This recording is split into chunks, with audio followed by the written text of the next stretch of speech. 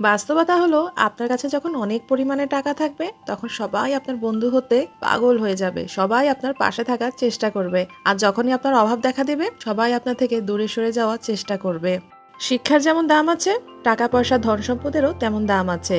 আজকাল শুধু পড়ালেখার শিক্ষিত হলেই হয় না, সাথে সাথে সেটাকে টাকা অর্জনের ক্ষেত্রেও সেটাকে ব্যবহার করার চেষ্টা করতে হবে। আসলে আপনার যদি শুধু পুঁথিগত বিদ্যা থাকে তাহলে আপনাকে কেউ সেভাবে আজকালকার দিনে সম্মান দেবে না। টাকাটাই এখনকার দিনে সবাই বড় করে দেখে। তাই আমি বলি কি, অল্প অল্প করে টাকা সঞ্চয় করার চেষ্টা করুন। আসলে ইচ্ছাটাই হলো সবচেয়ে বড় কথা। ইচ্ছা থাকলে আপনি টাকা সঞ্চয় করতে পারবেন। টাকা যদি নিয়মিত সঞ্চয় করতে পারেন, অভাব আপনাকে ছুঁতেও পারবে না। আসসালামু আলাইকুম। আমার সকল বন্ধুদেরকে জানাই শুভ সকাল। সকালের অনেক অনেক শুভেচ্ছা। আমি আরও একটি নতুন ব্লগ নিয়ে তোমাদের সামনে হাজির হয়ে গিয়েছি। আজকে আমার ডেইলি ব্লগে থাকছে সকাল থেকে রাত অবধি কী কী করলাম তারই কিছু কিছু অংশ।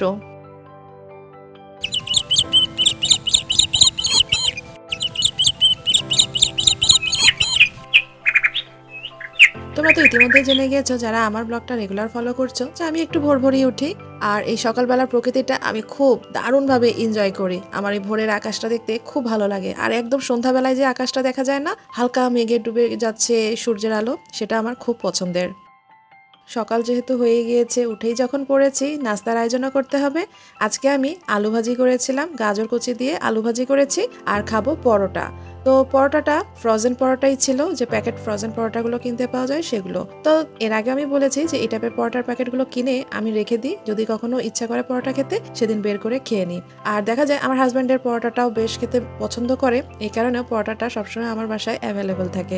গাজর দিয়ে আলু ভাজিটা আমার ভীষণ পছন্দের। আর যদি একটু ধনেপাতা দিতে পারতাম আরো ভালো হতো, তো ধনেপাতা ছিল না, তো শুধু গাজর দিয়ে আলু ভাজিটা করেছি। তো এটা দিয়ে এখন আমি পরোটাগুলো খেয়ে নিচ্ছি। সকাল সকালই আমার বন্ধুদেরকে একটা রিকোয়েস্ট করে ফেলবো, যারা এতদিন ধরে আমার ভিডিও দেখে সুন্দর সুন্দর করে কমেন্টস করে যাচ্ছ, সেই সব আপু ভাইয়াদের অনেক অনেক ধন্যবাদ, অনেক অনেক ভালোবাসা। এখানে বেশ কিছু আপু আমার খুব ভালো বন্ধু হয়ে গিয়েছেন, যারা সব সময় আমার ভিডিও সব পুরোটা দেখে আমাকে সুন্দর সুন্দর করে কমেন্টস করেন। এই যেমন পপিস কুকিং এর পপি আপু, তারপর ডলিজ লাইফের আপু, তারপর পাপিয়াজ আনস্ক্রিপ্টেড এর পাপিয়া দিদি ভাই, ওনারা আমাকে সব সময় এত সুন্দর সুন্দর কমেন্টস করেন। আমি সত্যিই ওনাদের প্রতি খুব কৃতজ্ঞ। আজকে যারা প্রথমবার মতন আমার ভিডিওটি দেখছো, যদি ভালো লেগে যায় একটি করে সাবস্ক্রাইব করে এবং ডান পাশে যে বেল আইকনটা থাকে সেটা একটু অন করে দিও, যাতে আমার ভিডিও আসা মাত্রই তোমরা দেখতে পাও। ভিডিও দেখে যদি সাবস্ক্রাইব করা যায় না, সেটার মূল্য অনেক। ভিডিও না দেখে যদি শুধু সাবস্ক্রাইব করে দেওয়া যায়, পরে ইউটিউব কিন্তু একটা করে সাবস্ক্রাইবার কেটে নেয়। তাই ভিডিও দেখার ফলে যেমন ওয়াচ টাইম বাড়ে, তেমনি সাবস্ক্রাইবারও একদম সঠিক বজায় থাকে। গতকাল রাতে আমি খুব বড় একটা বিপদে পড়ে গিয়েছিলাম। কিসের বিপদ সেটাও তোমাদের সাথে শেয়ার করব। আসলে বিপদটা ওই মুহূর্তে আমার জন্য খুব আর কি সমস্যাদায়ক হয়ে গিয়েছিল, কিন্তু সব সমস্যারই তো আসলে সমাধান আছে। তো যাই হোক, আস্তে আস্তে করে সেই সমস্যার সমাধান করলাম, সেটাও তোমাদের সাথে আমি শেয়ার করব।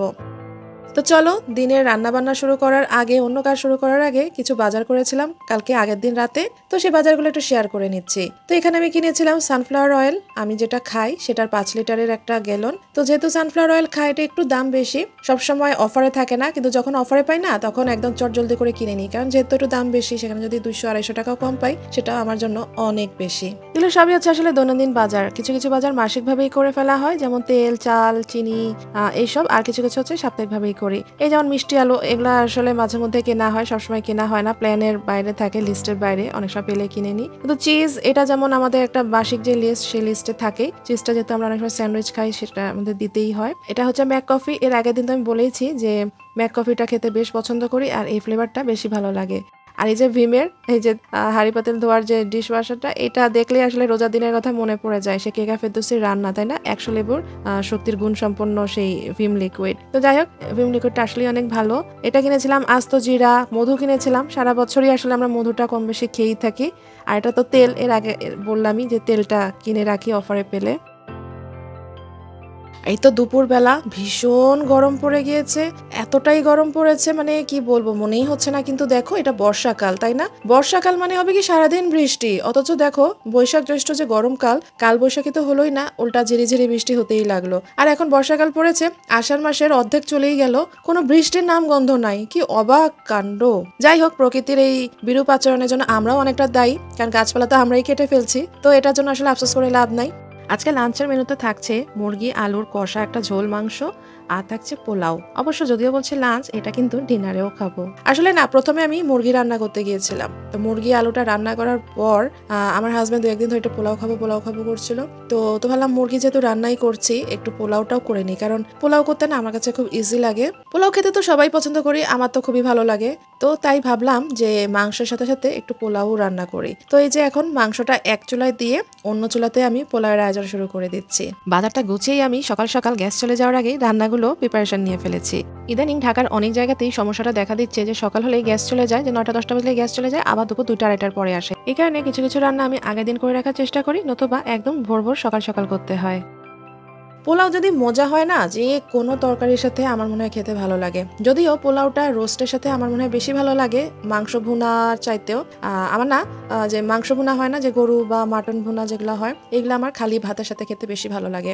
আর রোস্টটা মুরগির, সেটা আমার পোলাওর সাথে খেতে বেশি ভালো লাগে। তো যাই হোক, আজকে একটু মুরগির ঝোল আলু করছিলাম, কারণ এই তরকারিটা তো আসলে একদিনে খাওয়া হবে না, আমার মোটামুটি 2 দিন এটা খাওয়া হবেই, মিনিমাম 2 দিন খাওয়াই হবে। আর থেকে যদি যাই পরের দিন, ওগুলো সকালে নাস্তা আর কি জ্বালিয়ে দেই। কারণ মুরগির যে ঝোল আর আলুটা থাকে, এটা খেতে খুব ভালো লাগে। এটা কিন্তু যে রুটির সাথে নাস্তাতে খেতে খুব ভালো হবে, আমার আর কি খুব ভালো লাগে। তো এই তো একটু ঝোল যেহেতু করবো, পানি দিয়ে বসিয়ে দিলাম, এটা এখন ফুটতে থাকবে। লাস্টে একটু জিরার গুঁড়োও দিয়ে দিচ্ছি। আর আমার পোলাওটাও অলমোস্ট আমি বসিয়ে দিয়েছিলাম, প্রায় হয়েই গেছে। তো এই চুলায় আমার মাংস হয়ে গিয়েছে। আমার না আলু খেতে ভীষণ ভালো লাগে। এই যে ঝোল তরকারি যে আলুগুলো, বিশেষ করে মাংসের মধ্যে যে ঝোলে আলু দেওয়া হয়, এটা আমার খুবই পছন্দের। মনে হয় মাংস থেকেও আলুটা বেশি করে খাই। আর আমি একটু তাড়াহুড়া করছিলাম কেন, আমার বাসায় না এখন একটা মিস্ত্রি আসবে। মিস্ত্রিটা কেন আসবে সেটাও আমি তোমাদের সাথে শেয়ার করছি। গতকালকে রাতে আমি আমার ওয়াশিং মেশিনে কাপড় ধুতে দিয়েছিলাম, রোজ যেভাবে ধুই সেভাবেই, কিন্তু হঠাৎ করে অন করার সাথে সাথে যেই ভয়ানক একটা বিপদে পড়লাম। এই তো ওয়াশিং মেশিনে কাপড় দিলাম, ডিটারজেন্ট দিলাম, যেহেতু এটা অটোমেটিক, তো এটা অটোমেটিকই লোড হয়ে যায়। তো পানি যতটুকু লাগবে মেশিন অটোমেটিক নিয়ে নেয়। কিন্তু ওই দিন হলো কি, পানি তো পড়ছে, পানি আর অফ হচ্ছে না, কোনোভাবে পানি বন্ধই হচ্ছে না। আমাকে বারবার যে মেইন কল, ওইটা খালি বন্ধ করে দিতে হচ্ছে। তো অনেকক্ষণ ধরে যখন ট্রাই করলাম, পানি পড়েই যাচ্ছে মেশিনে, অফই হচ্ছে না। তারপর আমি আমার যে ব্র্যান্ড, আমার ওয়াশিং মেশিনটা হচ্ছে এলজি কোম্পানির, তাদেরকে ফোন দিলাম। তো পরের দিন তারা টেকনিশিয়ান পাঠিয়ে দিল। সেই টেকনিশিয়ানই এখন আইডেন্টিফাই করছে কি প্রবলেম হয়েছে। টেকনিশিয়ান প্রবলেমটা শুনেই বুঝে ফেললো এখানে কি প্রবলেম হয়েছে। টেকনিশিয়ান এসে খুব সহজভাবে প্রবলেমটা খুঁজে বের করার পরে বললো একটা পার্টস নষ্ট হয়ে গেছে, সেটা চেঞ্জ করে দিলে আবার ঠিক হয়ে যাবে। আমরা তো ভেবেছিলাম মেশিনটাই মনে হয় নষ্ট হয়ে গেল। যাই হোক, আমার মেশিনটা প্রায় 7-8 বছর হয়ে গিয়েছে। আর এই প্রবলেমটা হয় পানিতে যদি খুব বেশি পরিমাণে আয়রন আসে কিংবা ময়লা আসে, সেই ক্ষেত্রে। আমাদের পানিতে কিন্তু অনেক আয়রন আসে, যার ফলে এই পার্টসটা খুব দ্রুতই নষ্ট হয়ে গিয়েছে। যেহেতু আমাদের এখানের পানিটা একদম গভীরভাবে আসে, ডিপ ওয়াটার যেটাকে বলে, তো যার কারণে আয়রনের মাত্রাটা অতিরিক্ত। কিছুই করার নেই, এভাবেই মেনে নিয়ে আমরা চলছি।